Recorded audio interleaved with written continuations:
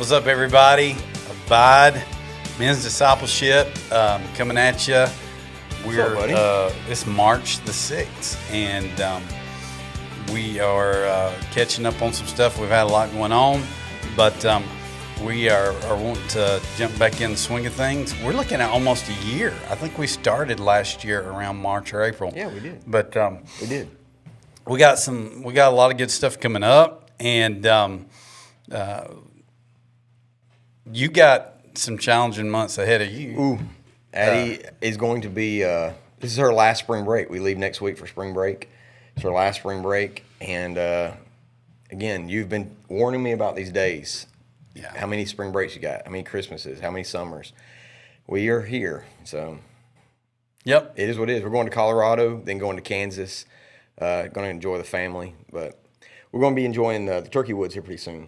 I'm Yep. excited about that.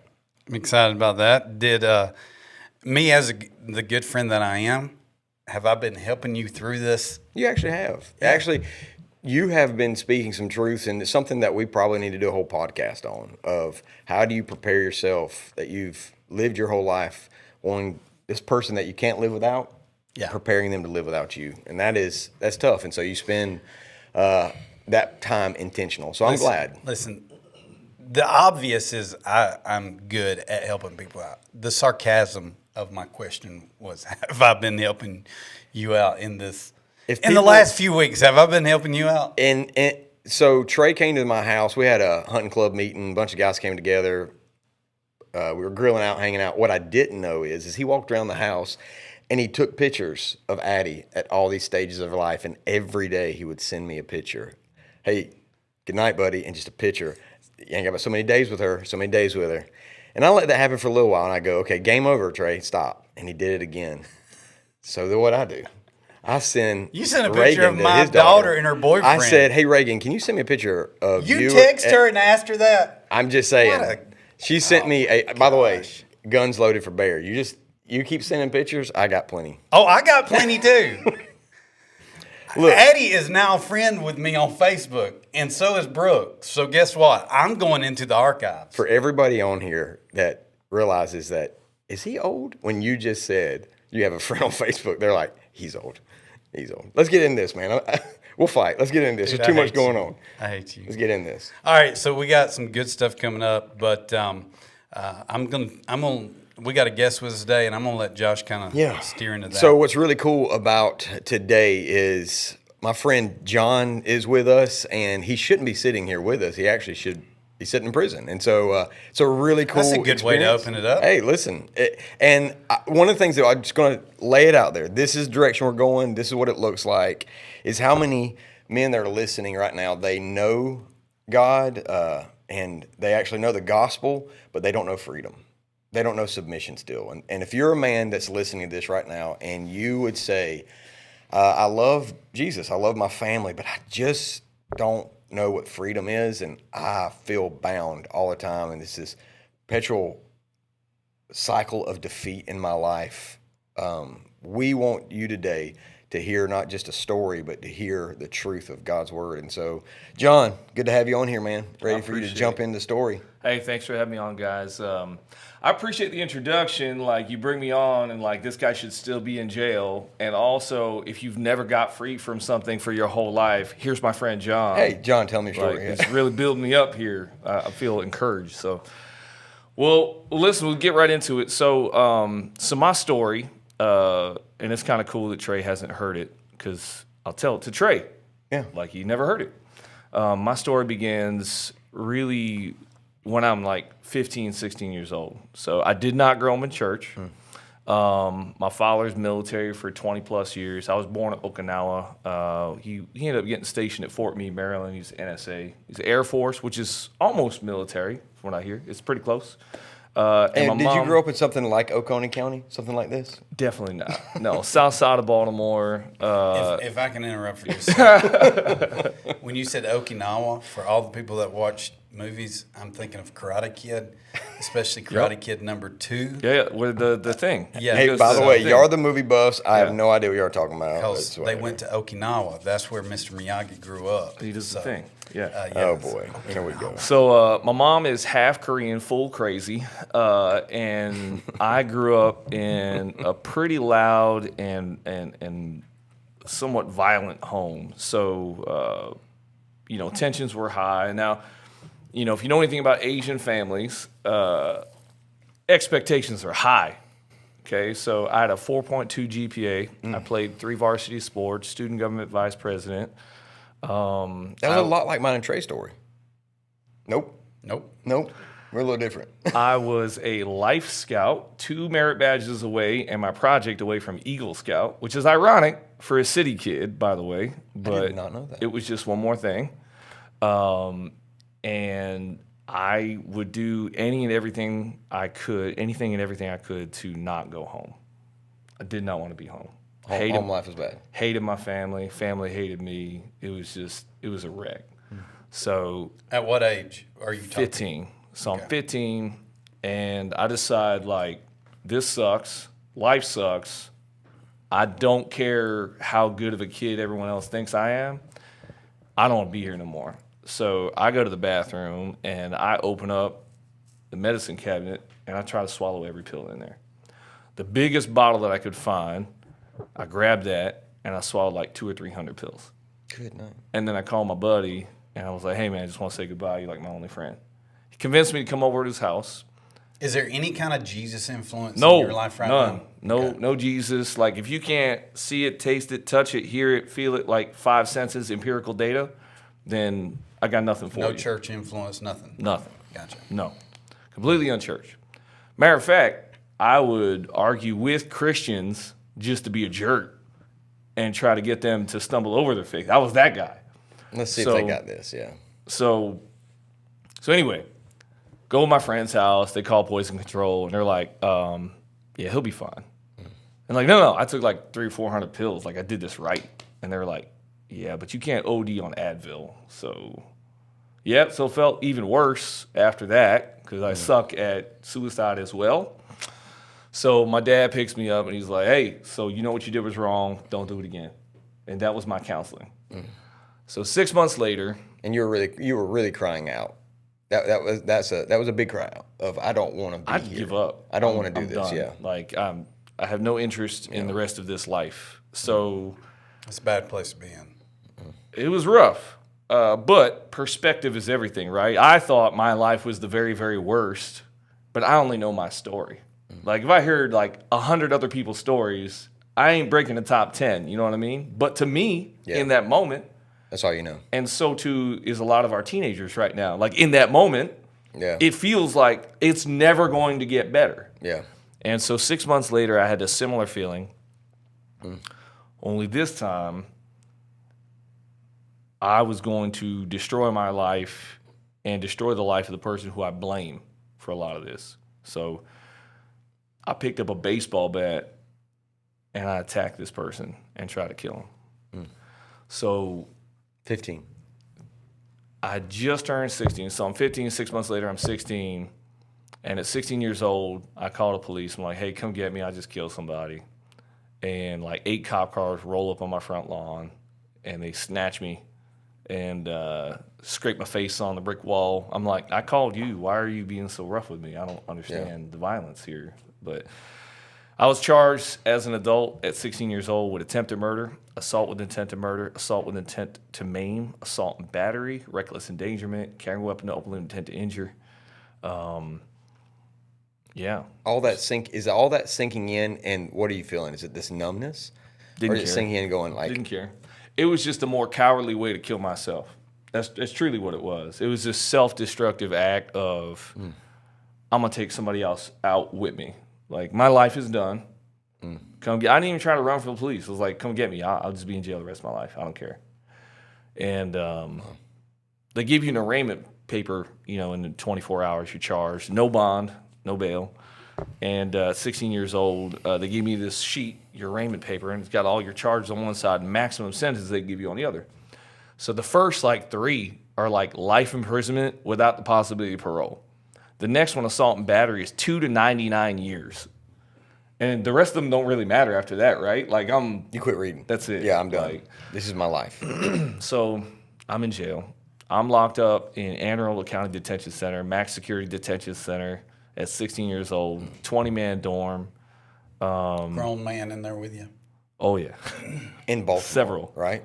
Yeah, so I'm to paint a picture, I'm 5'7", 125-pound white kid in a Max Security 20-man dorm, locked up for attempted murder. And I ain't getting out. There's no bail coming. There's nothing. I'm on my own.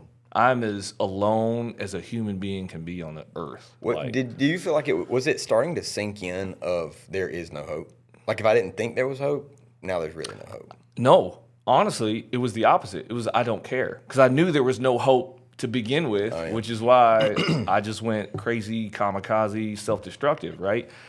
So after I got locked up, I didn't cry for like 3 days. There was nothing. No it was just an empty shell of what used to be a human being, just a piece of trash. So, yeah, I'm locked up, and I'm just here. Like, I'm just going to try to survive. I had a sense that I might be in trouble when the CO, the corrections officer, as he's walking me to the cell, he's like, "You can't show no fear, man." Like, He's trying to help you. You getting advice from the guard preemptively, like, this is not going to go well for you. You know what I mean? So anyway, I'm sitting there. I'm just going to rot in jail for the rest of my life. I don't care. Like, I'm done, you know? And then about 3 weeks in, this guy named Bobby Gosnell, my little ghetto street name, by the way, is J-Rock. So I'm not John. I'm J-Rock, which, by the way, my email still has that in there. So, It does. but so anyway, 3 weeks in, Bobby Gosnell's like, "Hey, J-Rock, yo dog, we gonna go to church tonight. We got chapel night." Now down south, you can't hardly get into jails because there's so many volunteer groups like every single night. Like you got to join someone else's group to get in. Yeah. But up north in Baltimore, chapel's once a month, third Thursday of the month, every month. And there's two old guys volunteering. So, J-Rock, we're going to go to church. I was like, "No, man, it's good. It's good for you. Happy for you. I'm not interested." And he puts this giant arm around my neck. He's like, "No, dog, I didn't ask." I was like, I've always wanted to go to church. What time church start, Bobby? What time are we going? So I go, listen. Exactly where I wanted to go. So, yeah, I was hoping you would ask, So What time do we need to be there? So we're sitting in this circle, these chairs, and I'm literally one arm back, lean back. I don't care. Punk kid, sucking the back of my teeth, whatever. So they get to the sinner's prayer, and Bobby Gosnell with that arm again, he's like, "Yo, J-Rock, yo, dog, you need to give your life to Christ, man." I was like, "Nah, man, I didn't ask." I was like, "Oh, dear Jesus, Yeah. help me." So I mouthed the words to this. It meant nothing. Yeah. It meant nothing. They give me a Gideon's New Testament that said, "Read the book of John." Okay, whatever. I got nothing to do. So Very educated. That's something that I could comprehend. Yeah. Yeah. So, it's funny you say that because, King James, all the rage, right? But I can understand King James English because I had read probably half of Shakespeare's works by that point. So when I tell you, I was a nerd in school, I mean, I was doing, trigonometry and calculus in middle school. And, it's like AP English, there was nothing that, and this is probably part of the story too, there was nothing that anyone could put in front of me without any instructions that I could not figure out. You just need to give me enough time. If you give me enough time, I'll figure it out. I will figure this out. But I couldn't figure my family out. No matter what I did, no matter what I tried, I could not figure that piece out. So my goal was to go to the Air Force Academy, to graduate, and never, ever come back. I was never going to come back to my family. College was the escape. And once I got to a point where, I cannot wait 2 more years to get out of this place, that's when I snapped. And so the thing that we talked about so many times with men is I believe the most dangerous thing a man can say is, "I'll figure it out." So what happens when you don't figure it out? There is this, I have to control. I have to take this, manipulate, control, make it happen. And your story right here is the place where you haven't been able to figure it out, took it into your control, and then even into some dude putting his arm around you going, "No, you're going to pray this prayer." There's this place of going, I bet I could find something wrong with this, right? Yeah. Like I can figure even Christianity out. I can figure God out. So I got this Gideon's New Testament. I'm reading the book of John. In the beginning was the Word was God, the Word was God. And I don't think, okay, this makes no sense. I keep reading. I get to this John chapter 8. John chapter 8, we know verse 32. And you shall know the truth, and the truth shall set you free. Like non-Christians quote that same verse out of context for when it benefits them. Even they know that, right? It's a pretty popular verse. The verse right before that says, if you shall hold to these teachings, then you shall know the truth. So you don't just get the truth from nothing. It's got to be given to you. And you don't just get it at a one time. You have to hold on to it. If you shall hold to these teachings, a present progressive text, then you shall know the truth. And then you'll stay free if you're holding on to truth, right? So I'm still sucking my teeth. I'm like, yeah, free from what? And then I kept reading, and sure, the Jewish people say the same thing. They're like, hey, free from what? I was like, hey, I just said that. I was like, free from this? Free from all this? The razor wire and the plate glass windows and the bars and Bobby Gosnell, free from that? Because I'll take some of that, but I don't think it's what they're talking about. So That's it wild. says, Jesus says, no. Anyone who sins is a slave to sin. And when I read that, I had to stop. And I had to stop reading this like a normal book. Looking back on it now, I can reflect to say the Holy Spirit reached into my heart and testified to the authenticity of the Word of God in that moment. No preacher.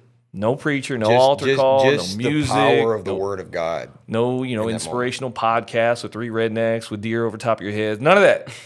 It was just me and the Word, and the Holy Spirit was like, hey, this book right here is truth, and you need to pay attention. Okay, at this point, so you're in prison. Yep. There's this visual of the bars chained. At this point, do you believe you're bound and chained to some things in your life? Nope. You don't even believe it. Nope. You just think the freedom you're talking about is get me out of here, freedom kind of thing. But Well, this is when the Spirit of the Lord begins to illuminate. Honestly, it wasn't the freedom that attracted me to the authenticity of the Bible. It was the identification of you're a slave to sin.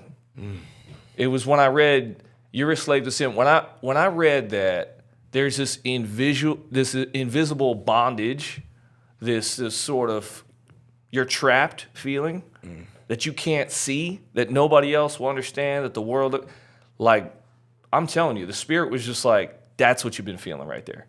That's the problem.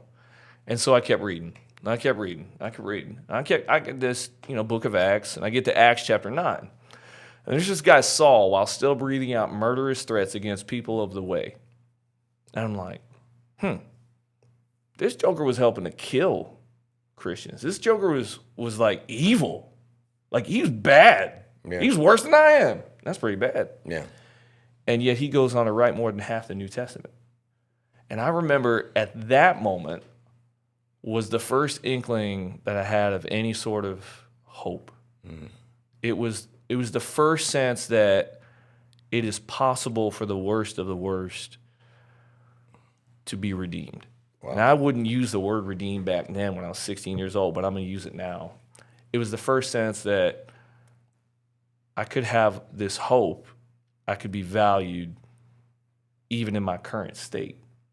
Because if he could redeem Saul, then there might be a chance for me. Then I prayed the sinner's prayer by myself at like 2 o'clock in the morning, the Thursday night of 1996 in jail.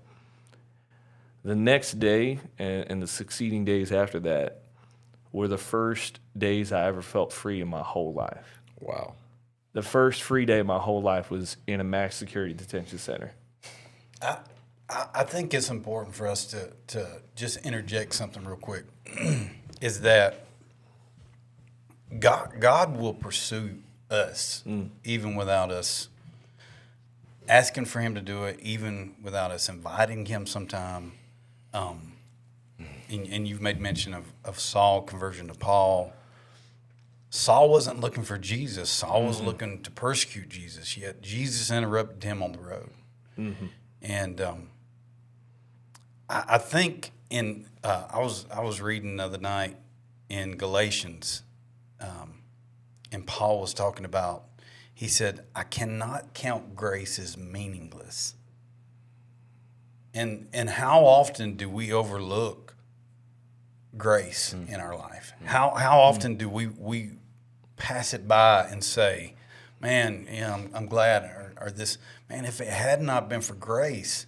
And grace is not intimidated by the jail cell. He's not intimidated by your past. And I put grace with a body. I put Jesus, and he is grace. He's walking grace. And man, to hear just the first part of what we're talking about, man, grace will find anybody no matter where they are. And it's so cool the way you said it, grace embodied as Jesus. That's who he is. You were telling the story, John, and I've heard the story, but for the first time, it's crazy you said that, because it's for the first time, it was like he was sitting beside you. And we say that this is the Word.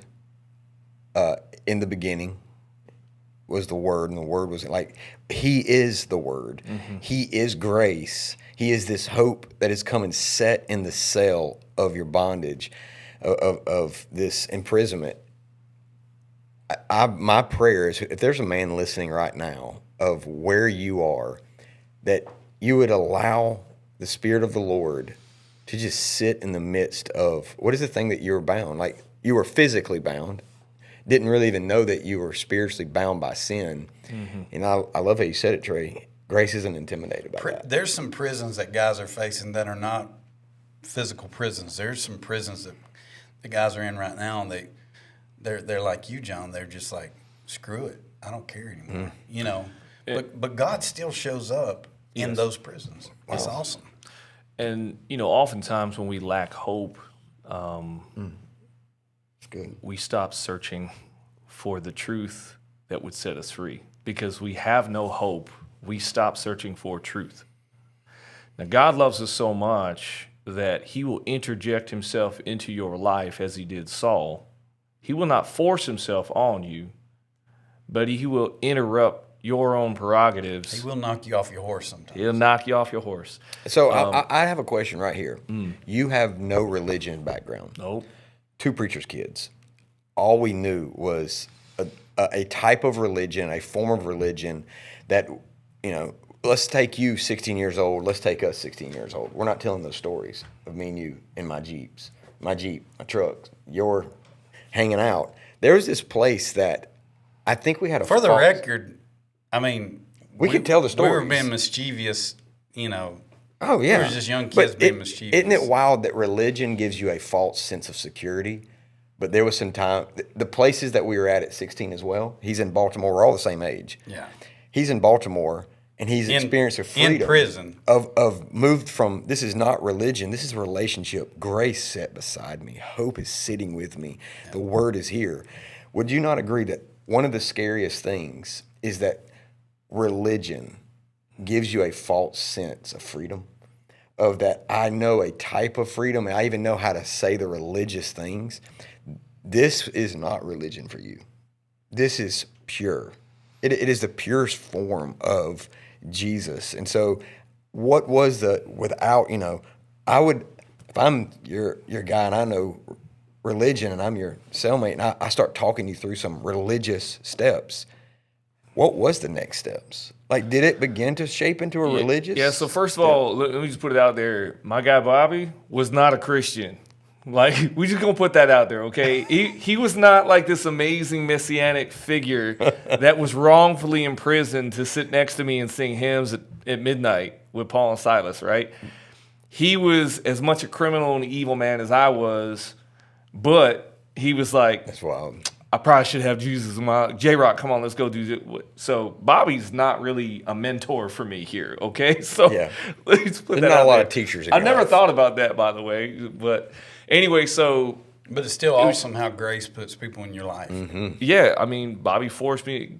If you think about it, Bobby was there at the right time, the right manner, Yep. and strong-armed me to so go be in the right place, right? So that's God's interrupting my prerogative. And right? we are in Genesis right now as we're reading like through the Torah this year, and we're at the part of Joseph in the Bible in Genesis, And there was just this man that nobody knew his name. But he said, "Have you seen my brothers? This guy that nobody knows," he goes, "Your destiny's in Dothan. God has a work for you that direction." And again, this dude he might be the Bobby that's like, I'm not a theologian. I'm just used by God. It's just that God would put someone in our life going, God's journey for you is this way. And that's Bobby for you. So I started reading the Bible. I just keep reading. So I started in the book of John, and I just keep reading. And I get to the end of Revelation. And I get a hold of a whole Bible. And I go back to Genesis. And then I read through till Revelation again. Now this is over the course of months. So there's concurrent storylines that are happening at the same time, right? So my spiritual journey is that I authentically gave my life to Christ in a prison cell in the middle of the night. And I started just reading the Bible to learn everything I could about God. These guys, the volunteers, were not ministers. They were literally just laymen, two older guys, Jeff and Dennis. And they just pop in and they would read like a chapter of the book of John, and they would pray center prayer. And that was it. Again, no music, no altar call, no. I was like, hey. So really, very much was on my own in terms of discipleship. And so I just kept reading. And so I didn't understand half the Bible, right? I literally had this old King James Bible, and I would put a question mark because they told me to ask them questions about stuff I didn't understand. So I would put a question mark next to all the verses I didn't understand. The next time I came through the Bible, because I had better points of reference and I was able to connect storylines together, I was able to draw like a single line through a lot of these question marks. And so over the course of a total of 2 years imprisonment, I read through the entire Bible twice, and the New Testament probably another dozen times. I really don't know how many times I read through the New Testament, but my routine was I would at minimum read 3 chapters New Testament, 3 chapters Old Testament, 5 Psalms, and 1 proverb every day. Because you could read through the entire book of Proverbs and Psalms in a month if you do 5 Psalms a day, 1 proverb. And then I read 3 and 3. So anyway, but that's all I had. Yeah, that was just that's me good. and God. Yeah. So anyway, that's my spiritual journey sort of now we're going to set that off to the side. Legally, I'm still locked up, charged as an adult, guilty of sin with a public defender as my counsel. For those of you who've been locked up, you understand what I just said. So anyway, I'm not getting out of jail. And I know this story, but there's something to this as wild. Isn't it crazy that you can have the moment of Jesus take my life, transform my life, but your life is still, dude, you're fighting for your life. Like, this is not. But I'm not. I'm not fighting. I'm resigned to be locked up forever. I'm good with that. No, I mean, like, literally, like, can I have your cornbread kind of thing? Like life doesn't. That did happen. Yeah, that's what I'm saying. Like, there's actually this place that some people believe you pray a prayer and life is better. No, actually, there's this part of life that's still. This is survival mode still. There's still real life consequences to the actions of your sinful nature, right? So God can forgive you. God can give you grace. But it is not realistic for you to expect God to remove the consequences of your sin. You reap what you sow. Yeah, and you're right in the heart of it. And you don't have to get into it, but I mean, you had nose broke how many times? Yeah, so I'm getting there. Oh, my bad. I'm getting there. You're stealing my Can thunder. I ask a question? When you started your pursuit in Scripture, did it make any kind of influence? Did it change the influence that other people had on you? Did they look at you differently while you were incarcerated? Worse. They would look at me worse. Did they? They would judge you. You think you Christian now? Yeah. You think you're a good guy now? Gotcha. We know what you did. You here just like us. Yeah. And then, let's just be honest, right? Like, we're all locked up here. Sure. Like, we're all guilty. Like, everyone's gonna say, well, I didn't do it. You did it, man. Like, shut up.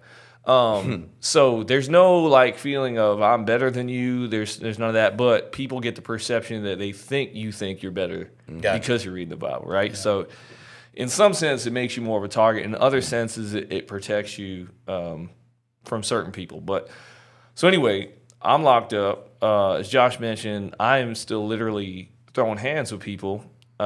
There is So I'm not a tough guy. Period. Like I'm not like let's throw hands. Like You're not looking for a fight. I'm 5'7", 125 pounds. It don't matter how good of a fighter you are. They're just gonna hold your head and beat you. You know what I mean? So anyway, I've had my nose broken 3 times. I've had 17 stitches and staples in various spots, chipped teeth. I had a guy's tooth get caught in my knuckle. I still got a nice little scar from that. They would take a pair of pliers to pull it out between the joint. I was okay with fighting.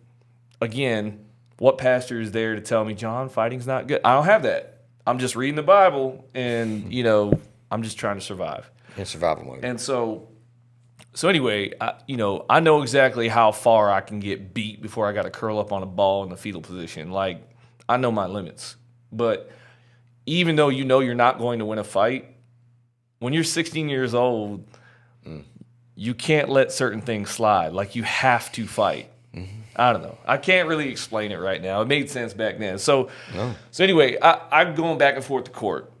And they charged me as an adult. They have a psychological evaluation in which I was diagnosed bipolar type 2 with obsessive compulsive traits, who had a manic episode, and therefore blah, blah, blah. I did what I did. I'm not going to blame the devil. I'm not going to blame bipolar. Mental illness is a real thing. It is a real part of my life and something I've had to deal with in multiple facets over the last 20-some years. But I'm not going to blame my crime on that. I did what I did. I deserve to be in jail the rest of my life. I told the judge as much. And I go back and forth. Now, you have a right to a speedy trial within 6 months of your incarceration. I waived my right to a speedy trial because my public defender said it was in my best interest to do so. So I did that. So I'm still going back and forth, back and forth, back and forth. So 11 months go by. Now, you're only supposed to be incarcerated for like 180 days before you're either, you go to trial. So I've done almost twice this amount, just waiting. No trial, yeah. No, just waiting. So finally go back to court. Circuit court judge, Pamela North, takes her glasses off, tosses them down, sits back, looks at me, picks her glasses back up, starts writing. I hereby remind, John Epley to, I just said my name. Yeah. So I hereby remind John to Cheltenham Youth Center to be, blah, blah, blah, blah, blah. I have no idea what any of that is. So my public defender gets a big old smile on his face. I'm like, and he's like, well, she just reverse waived your charges from adult court down to juvenile court. Now, I have heard of teens being waived, charged as a juvenile, and then waived into the adult system. I had never to this point ever heard of adult court being reverse waived down to juvenile. You don't even believe it's an option. Yeah. I don't know what's happening. And even then, I'm like, okay, what's that mean? And the public defender is like, we're going to try you as a juvenile. We'll plead guilty. It won't matter. You're 17 at this point. They can only hold you for 1 year. So I'm going to do 1 more year. It doesn't really matter where they send me. I'm going to do 1 more year. I'm going to get out of jail. My record's going to be expunged. Wow. Now, I will tell you, this entire time, I can tell you with complete honesty that I never tried to make a deal with God. I never once said, Lord, if you just let me off this one time, I'll never do wrong. I never did it. And I've heard it thousands of times from other people. You're taking ownership. I don't know how to describe it. It was important for me to be authentic in what I thought was this Christian faith, and whatever I had with just me and God. Again, no pastoral influence. Like, I just wanted it to be real, because everything else was fake. I didn't trust anyone else. I didn't trust anything else. This freedom that I had, this sense of I'm going to be okay as long as I'm with the Lord. As I say that with a broken nose in the infirmary for the second or third time, I'm still going to be okay if it's just me and God. But I got to keep the God thing real.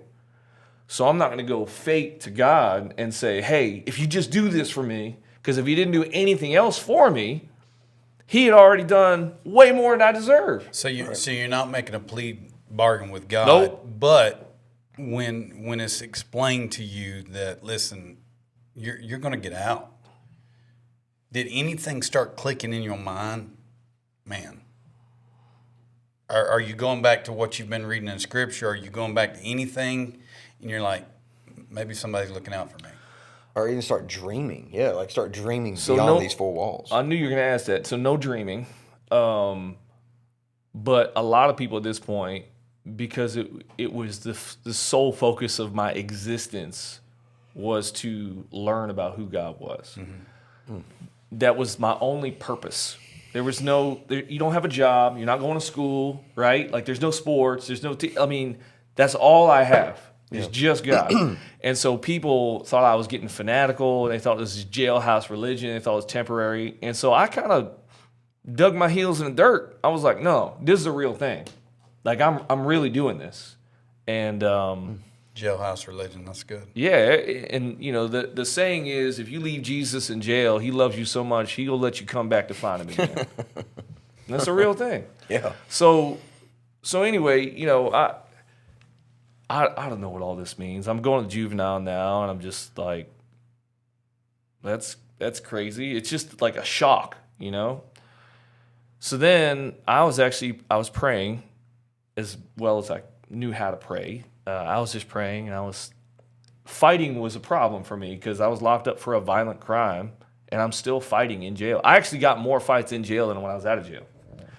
So Yeah, that makes sense. I had a decision to make I'm literally on the prison bus to transport me to the juvenile center, and I said, I'm not going to fight anymore. I'm not. There's nobody in the juvenile system who I fear for my life. Now, there were people who could take my life in big boy jail, right? So I'm going to fight. But I had just made this sort of vow, this covenant that I was not going to fight anymore. Come to find out, juvenile have more fights than adult system, y'all. So They're froggy. I went to the Cheltenham Youth Facility, and I went to their unit number 6, and they have a giant common room. Sorry. I had a giant common room, okay? So it's just this giant rectangle square, all right? You had those McDonald's sort of picnic tables that are all attached to each other sort of thing on 3 sides of that rectangle. You had East Side Baltimore, West Side Baltimore, and you had PG and DC. So PG is Prince George's County, which is just north of DC, and they roll with DC crew, okay? They talk different. There's different slang, different vernacular. It's different. So you have 3 You different saying gangs. this, I picture me and Trey walking with our food, and we're just like, So don't worry. Break out Sit Indian down. style in the middle of the floor. Don't worry. I got a spot for the 2 of you. The white boys get 1 table in the corner between the East Side and PG County. Now, here's the trick. There's 200 kids in this room. It doesn't matter if there are 4 white boys or 20 white boys. You still only got 1 table. I would have looked at the wall. Figure it out. I'd have went and looked at the wall. So- been like, I ain't making eye contact with nobody. let me have that So- cornbread. You'd be like, you have You had the whole thing. So the reason that juvenile was more violent is because these kids got chips on their shoulders. Yeah. And there's 200 of them in one room. Nope. Yeah. So when And things it's a big kicked off, pecking order of they were- who's they were in charge, riots. yeah. It wasn't like 2 or 3 people fighting it. It was like 40, 50 people fighting at one time. You gonna get pulled in whether you like it or not. You back yourself up, put your back on the wall, and you just throw hands at anybody. So I can tell you, I was in that facility. What a bad time to make a vow. I'm done fighting. I was in that facility. John's for- like, I ain't fighting no more. Dadgummit. And I didn't, not once. I was in the facility for 6 months, and I never got in another What fight. did you do? Like, So put yourself in the fetal position and just ball up and be like, no, I was not afraid, and I wasn't not afraid of people because I was tough. I was not afraid because I truly had this fatalistic belief, and even today I have these feelings at times. Kids change that, but if I die, I'm gonna go to heaven. If I get beat within an inch of my life, I'll heal. Like Oh, you've been reading Paul, bro. Yeah, I mean, think about it. You've just been reading Paul. It doesn't matter. Like I'm here. I'm not gonna fight. So anyway, there was me and this one other kid who I'll get to in a minute. We're the only 2 white guys that got to sit wherever we wanted. So there were 2 things. did they not know that you had Okinawa in you? they found out that I had just gotten transferred for attempted murder from the adult system. I mean, Karate Kid relationship and stuff like that. I figured they wouldn't have messed with you. You'd at have all. straight played that, wouldn't you? Crane kicked them right there. So I ended up, I'm pretty good at basketball.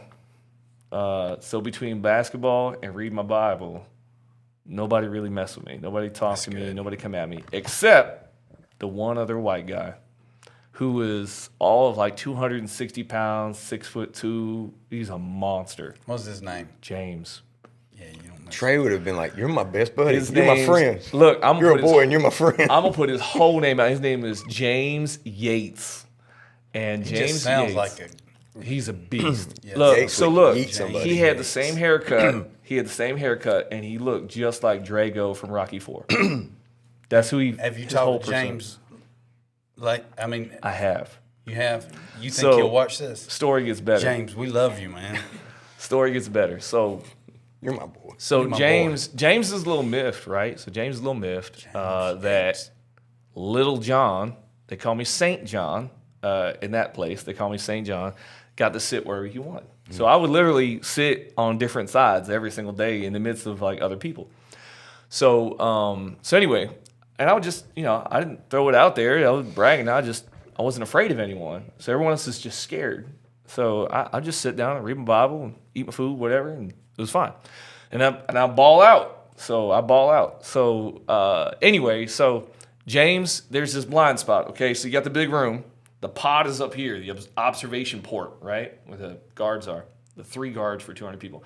And there's a stairwell right here. That's where all the fights kick off, is the blind spot, right? Everybody knows it. So I'm going up the stairs. James coming down the stairs. And he had been trying to get me to fight him for a while, just to kind of put me in my place.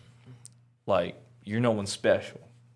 And I refused to fight him. He even spit my cereal one time. And I refused to fight him. I wasn't afraid. I just didn't want to fight anymore. And so he catches me in the blind spot. I know it's going to kick off. And here it is. I'm sorry, God. I tried. We going to fight. And the first thing I'm going to do is hook underneath his hip and throw him over the rail. And then I'm going to keep hitting him. And I'm not going to stop until hopefully the guards get to me before he gets up. Because that's my only chance. I hope they hurry. Yeah, you hit first, you hit fast, you hit hard, and you don't stop. You hope someone gets to you before he gets up. Because that's my only chance. What's up, guys? Awesome podcast. Are you free or are you free? Free. Are you free? It was so good. We got to do part 2. We want you to stay with us and check us out and catch us on the next go around. Are you free? Free. All right.